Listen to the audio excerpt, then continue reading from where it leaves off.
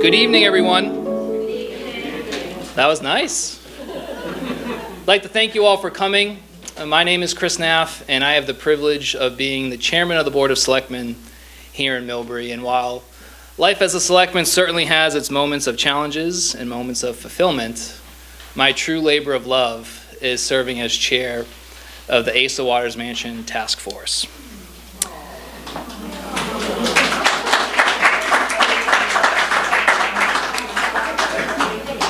Our gathering place tonight is Millbury's crown jewel and one of Worcester County's most impressive historic estates. Construction on the Waters Mansion began in 1826, at a time when all materials had to be brought by horse and wagon. The mahogany on our spiral staircase came from South America.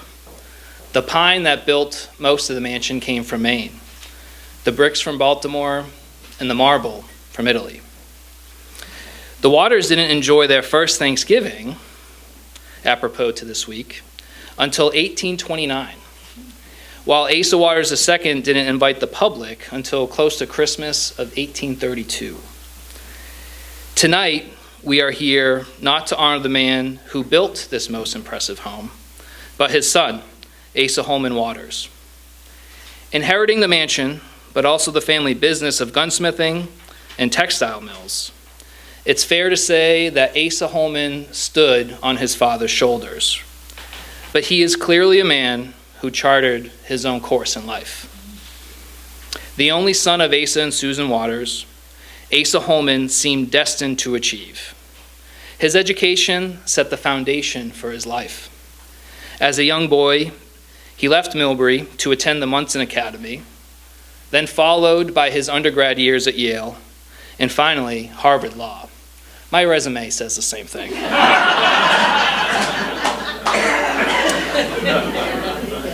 He then joined his father in all matters of family business, which included gun manufacturing, textile mills throughout Millbury, the Cordis mills we have today in the original site of the Felters Mill, and eventually he served as president and director of the Millbury Bank, founded by his father, Asa II.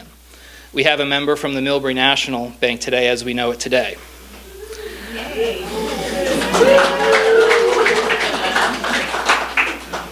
Like his father before him, Asa Holman was a devoted public servant. He was a selectman in the 1820s here in Millbury.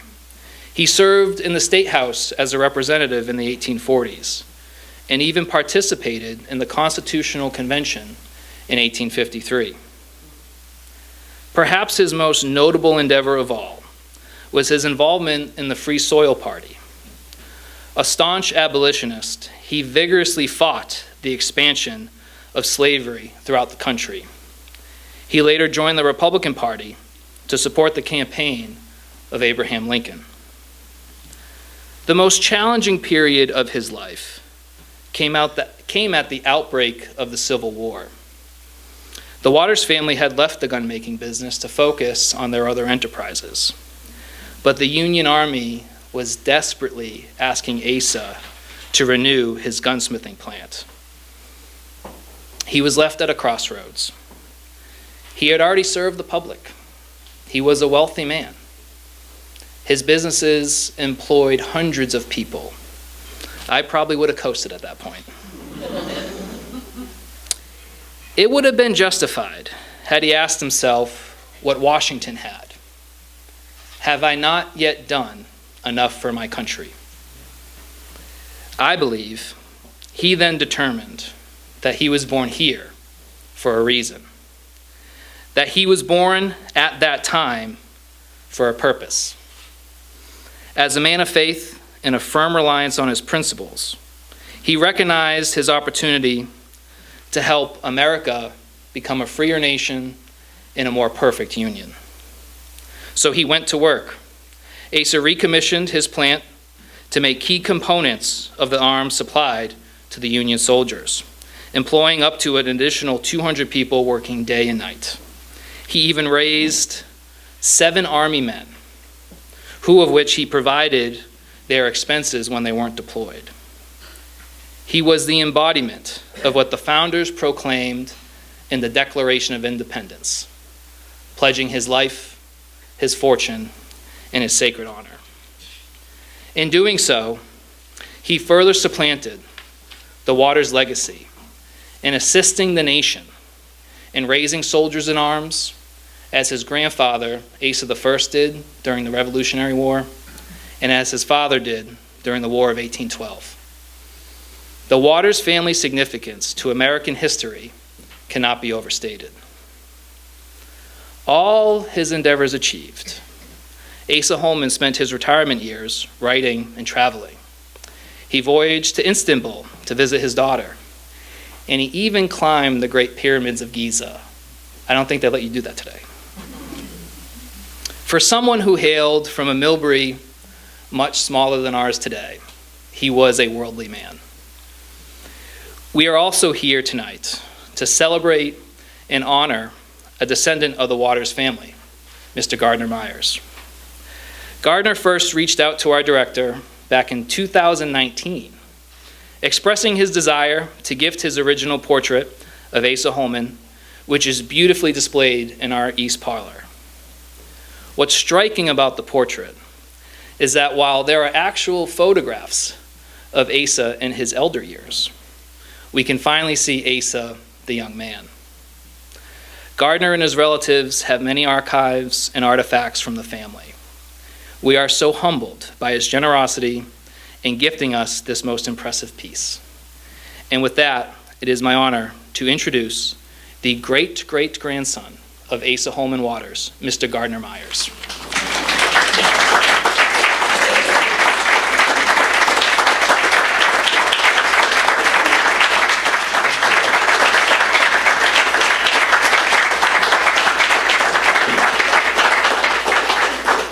Gardiner, would you like to say a few words? Pardon? Would you like to say a few words? Come on up. Please. I've been thinking that I would feel very foolish coming to Millbury and telling you anything about the Waters family. So maybe I'll just discuss a little bit about the portrait itself. As you probably well know, the house was sold in 1929, and like most families, when they sell a house, they keep the furniture, and the other things get distributed. And I presume that the portrait left at that time. Early in the century, I was wandering through my aunt's attic, which holds all sorts of things that people didn't want to throw out but didn't have room to keep. And there were several portraits there, and one was damaged. And I asked my aunt about this, and she said, "Oh, well, that's one of the Waters." And I was not her favorite nephew, so I was not eligible to get one of the, she was in her later years, one of the other portraits, but she let me have the Waters portrait on the condition that I get it restored. And this is a photograph I took of the portrait. It's got a scratch down here and quite a few spots on it. So I waited to, and I took it to a very good gallery in Washington, and I got it restored. And then I've had it in my house ever since. And then I started looking up about Waters. There's a good bit of information on the web, and I found out that you had a magnificent house that had been restored and repurposed so that the house is in good use and the family is remembered, and so I thought it would be appropriate for Asa to come home, and that I had enough other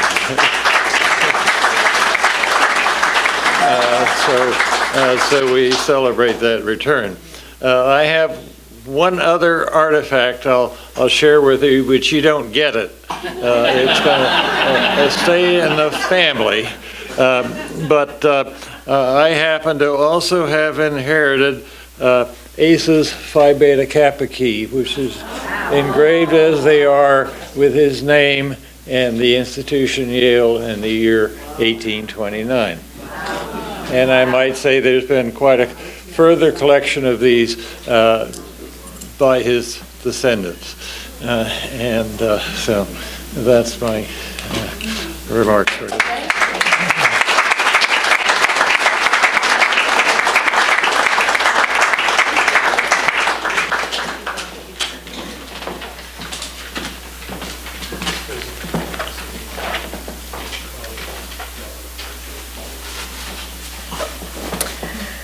My name is Kristen Lavodi, and I am the former director of the Asa Waters Mansion. And I'm honored to be here tonight and to welcome Gardiner Myers to Millbury. Gardiner and I began corresponding prior to COVID, so after 4 years, I feel like we're old friends now. As part of the portrait project, I began researching the history of Asa Holman and his wife, Mary Elizabeth. I first explored the collection at the American Antiquarian Society, where I found artifacts and historical documents that helped me to understand more personal details about the family members. Through the records from the Worcester Horticultural Society, I learned that Asa Holman loved to garden. In 1847, he grew and brought 5 different types of pears to the WHS meeting: Brown Burr, Andrews, Napoleon, Bleeker's Meadow, and Fulton. I learned of a wedding that was held here in 1860, where they had lobster salad and homemade ice cream. On a trip to Illinois, Asa journaled every cent that he spent for food and drink, and that is how I learned that he has an affinity for gingerbread and apple cider, something we have in common. Here at the mansion, we have letters that the Millbury Historical Society and the Friends of Asa Waters Mansion purchased together that have been stored in the safe for the last 10 plus years. Finding these is what led to our letter transcription project. Through these letters, we learned how they interacted with each other as a family. We learned that Mary Elizabeth was often away seeking therapies for her health. It was a common trend in the 1800s, although we still haven't uncovered what she was being treated for. We learned that they had pet names for their children. Florence was called Floy. We learned how Mary Elizabeth comforted her daughter Lillian when she lost her child, and we learned that money concerns were a priority, just as they are today. Sometimes it is difficult to discuss subjects that might be controversial, but they were commonplace in the 1800s. Why don't we just leave the past as the past? Why do we revisit topics that make others feel uncomfortable? It is important to begin these conversations so that we can grow closer as a society, so that we learn from the past instead of repeating it. Roughly 2 years ago, Jane Cheatham, Jerry Stead, Linda Stevens, Rebecca Morosky, and Nancy Finn volunteered their time to begin transcribing these letters. Although the project would stop and start based on my availability or lack of availability, we all felt excited to get these glimpses into the lives of the Waters family. It is my hope that a digital library will be created so that the members of the public can gain a closer understanding to the Waters, just as we have. We will share some of these letters with you now. Tonight's readings will be given by Jane Cheatham, Richie Hamilton, Jeff Dorr, Jerry Stead, and then we'll have closing statement from Chris Neff. Jane Cheatham.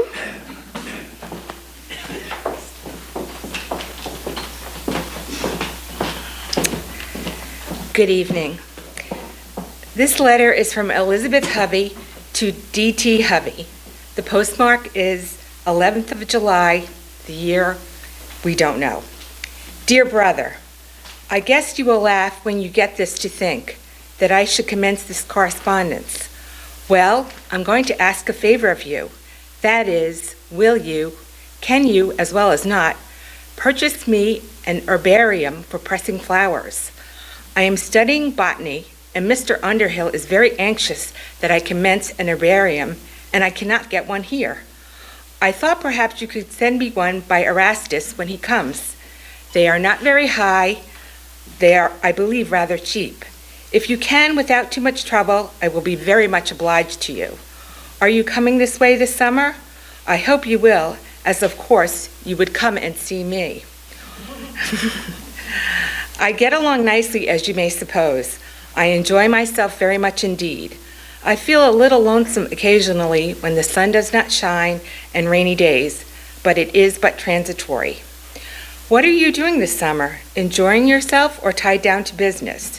What about John? I do want to see both of you very much. Did you go to visit the Grahams since they went to Tarrytown? Colonel Sibley, I suppose, you see quite often. Do you not? Do not trouble yourself about the herbarium in the least, unless perfectly convenient. How does that music box get along? I should like to hear it play what Frank calls Napoleon's Retreat from Moscow. I am taking music lessons and hope to get a thorough foundation laid, as I will make a good player, if there is any such thing. You must write to me, Tyler. I should love to receive a letter from you, I can assure you.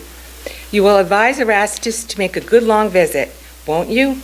I think it would improve your health to come east. You cannot imagine how I miss Susan's letters, as she's not been able to write to me lately.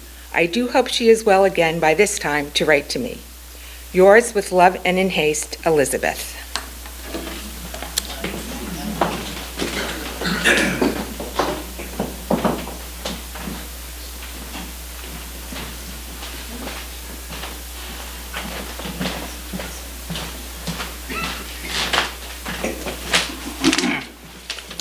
Good evening. Thank you for inviting me to do this. I'm very honored.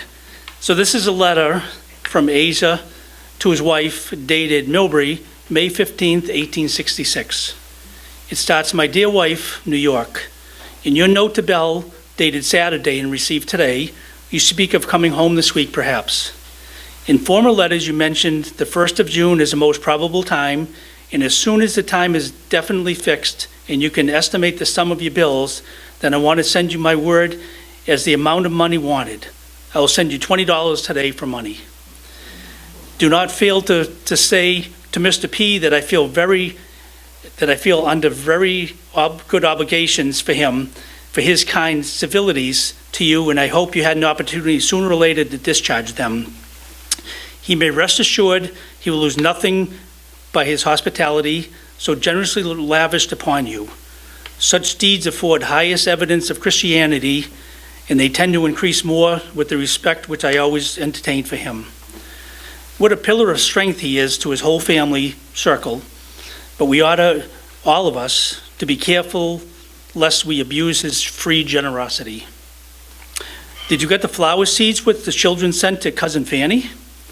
Tell her not to pot them too thickly together as they come about and to be transplanted or thinned out, L. libidinum. Balsams are improved by transplanting, and rich soil should stand 1 foot apart. Give her my best regards. Well, regards don't express it, say love. For I can truly say that neither my own sisters have I more admiration or sincere affection. What should I do? What should I not do so? She should be identified with our family more or less for many years. As always, a fast friend, always ready for any good work. God bless her. The mail is ready to close, and so am I. Goodbye. Your affectionately, Asa Holman Waters.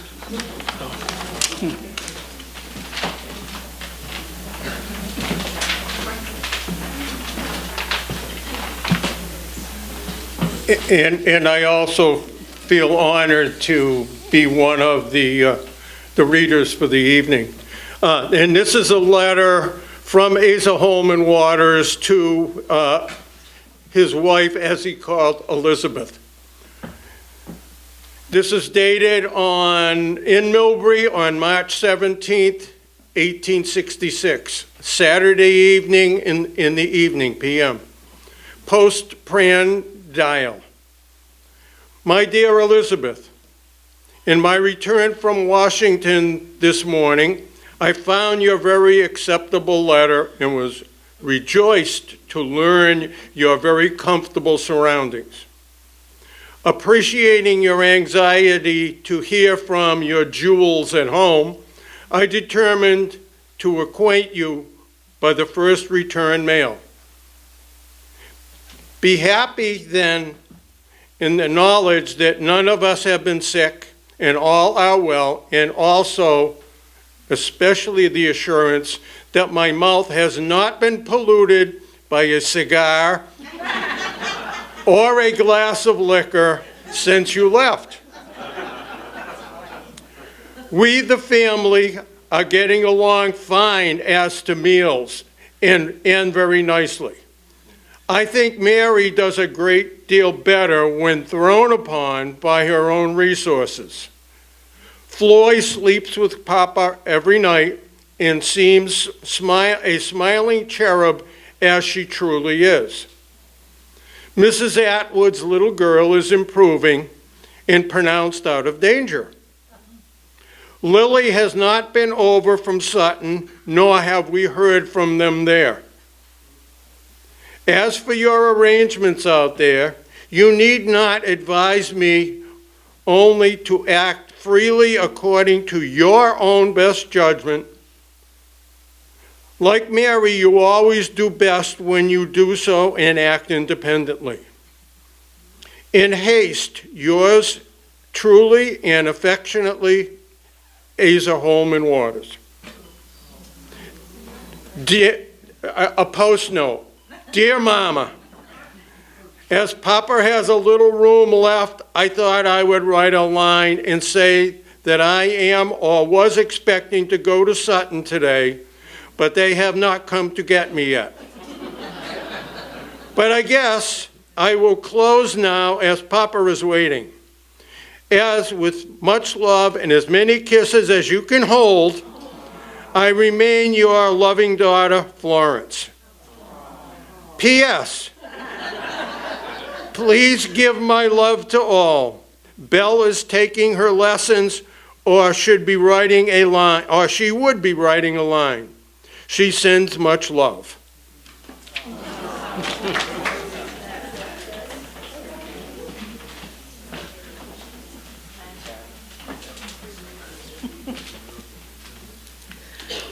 Well, unlike everybody else's, which happen to be lovely letters, this one is a philosophical essay written by Mary Elizabeth over here.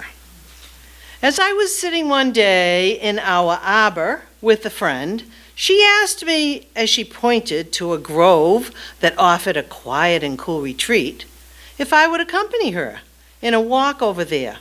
I readily assented, but we had not proceeded far before the walk seemed long and tiresome, and thinking we should never reach the spot, I proposed a return.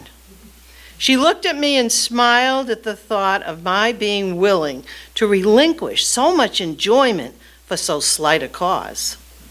Just as this had passed, we came to walk smooth as marble, and on each side were beautiful shrubbery. We came at last to the entrance of the grove. We could view the scene around us to great advantage. As we looked down on one side, a beautiful sheet of water extended itself. The rays of the sun sparkled like diamonds upon its smooth surface. A little hamlet that appeared as though its inhabitants had never known anything but peace to reign within its borders. We entered the grove. Beautiful birds were singing such notes of joyfulness that would have cheered the saddest heart. We were looking at a beautiful wild flower when we fancied we heard the strains of distant music. We listened a moment, and it seemed to be approaching. As we looked around, a young lady, clad in simple white muslin, with a wreath of myrtle entwined gracefully around her brow, seated herself beneath a small tree and commenced playing a guitar which she held in her hand. Simplicity was implanted on her features. A smile of sadness passed over her countenance. My friend went near her in hopes to speak with this lovely being, when she vanished, as in a moment left us just as we supposed were going to become interested in one who truly bore the marks of loveliness. We had lingered long then, we had realized, and with reluctance we turned our steps homeward. But a new scene of admiration presented itself as the day was drawing to a close. The tears of evening had just begun to glisten. The birds were singing their goodnight evenings. Bells were chiming to remind the laborers that a time for rest had come. And as the toil of the day had passed, how could they be otherwise but happy? We were left to reflect on the days of adventures. The first object that attracted our attention appeared easy for access, but on attempting to reach it, it proved more difficult.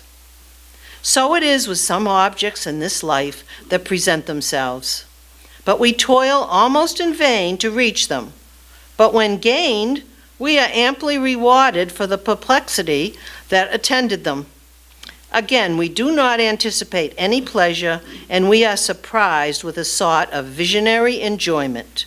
But it is not lasting, and we reach forth to grasp it, and it's gone, we know not whither.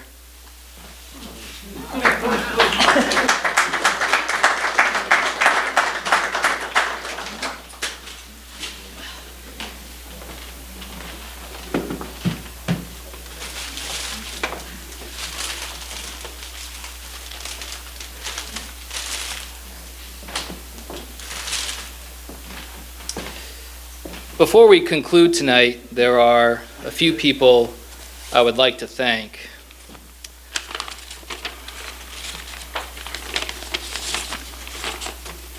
And there are a few folks on this list, so please hold all applause to the end. Mrs. Jerry Stead of the Historical Society visited the Waters and the Waters family descendants at their compound in Nova Scotia, and today served as a wonderful guide for Gardiner throughout town. I'd like to thank the Millbury Historical Society for being the town's original steward of the building, President Linda Pothier and the Friends of the Asa Waters Mansion, whose tireless work have raised countless funds for our efforts. All my friends on the Asa Waters Mansion's task force, without you, the mansion would not be what it is today. Read that already. Past and present members of the Millbury Board of Selectmen, your commitment to preserving this crown jewel of ours has not gone unnoticed. Our legislative delegation. Tonight we have Senator Mike Moore and Representative Paul Frost with us. I consider them both friends, but I think at this point, when they see my name on the caller ID, they're probably thinking, what crazy idea does the kid have now? But thank you for your support. We also have corporate members, some of which are here tonight, and our corporate members contribute annual subscriptions that help with a lot of our programming. All of this support goes a long way in making our goals possible, so thank you so much.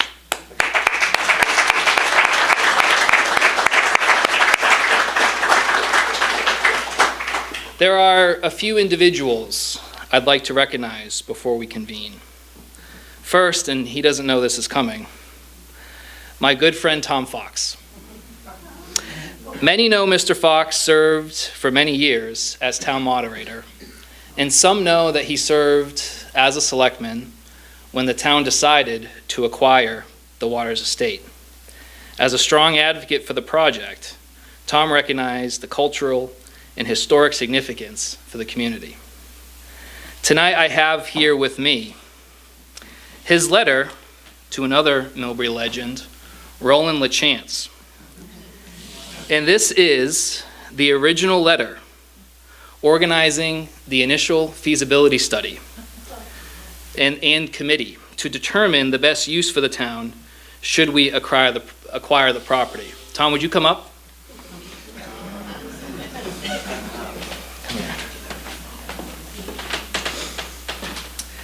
The letter reads, Dear Mr. LaChance, please be advised that the Millbury Board of Selectmen have appointed you to a committee to study the feasibility of acquiring the former Waters estate for town uses. As you know, the town is in the process of grant application for purpose and rehabilitation of the Waters property. Currently, our application is being reviewed by the HUD area office. We are attaching the names of all committee members. We suggest that the first meeting of the committee should be held with the selectmen so that everyone will be familiar with the intent of forming the committee. We have set Tuesday, May 4th, 1976 at 7:40 p.m. as the first meeting date. Should you be unable to make this brief meeting, please contact our office. For the Millbury Board of Selectmen, I am yours very truly, Tom J. Fox Jr., and you can still see the ink from his signature. Thank you very much. That's for you. Thank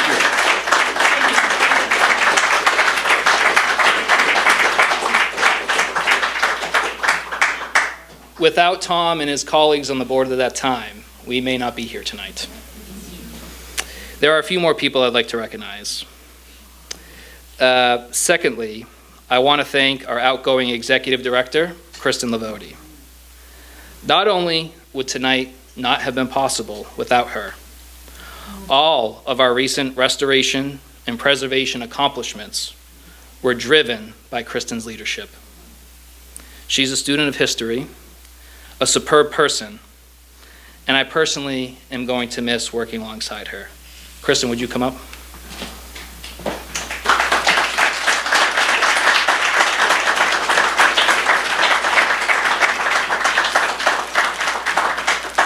I have a proclamation from the Board of Selectmen.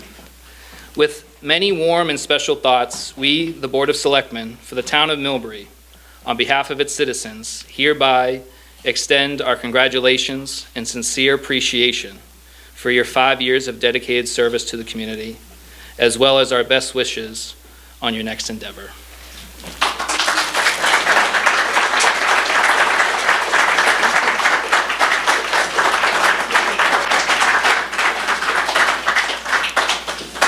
And last but not least, I'd like to invite Gardiner to come up.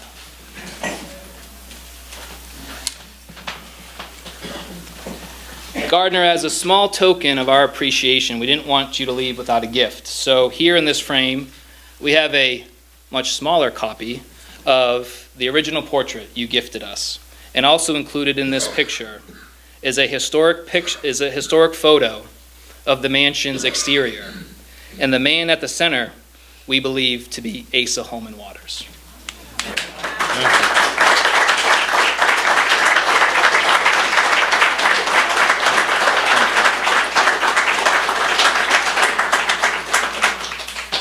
Before we conclude tonight, just want to add one additional note. In his later years, after a lifetime of entrepreneurship, public service, and global travel, Asa Holman Waters, in a conversation with a friend, confessed, "I well know what there is abroad, but after all, give me this, my home." He died peacefully here in his home, the Waters Mansion, on January 17th, 1887, at the age of 79. Gardiner, after tonight, I hope you can see how proud we are to be stewards of your family's home. And with that, ladies and gentlemen, I thank you all for coming. Have a great night and a happy Thanksgiving. Thank you.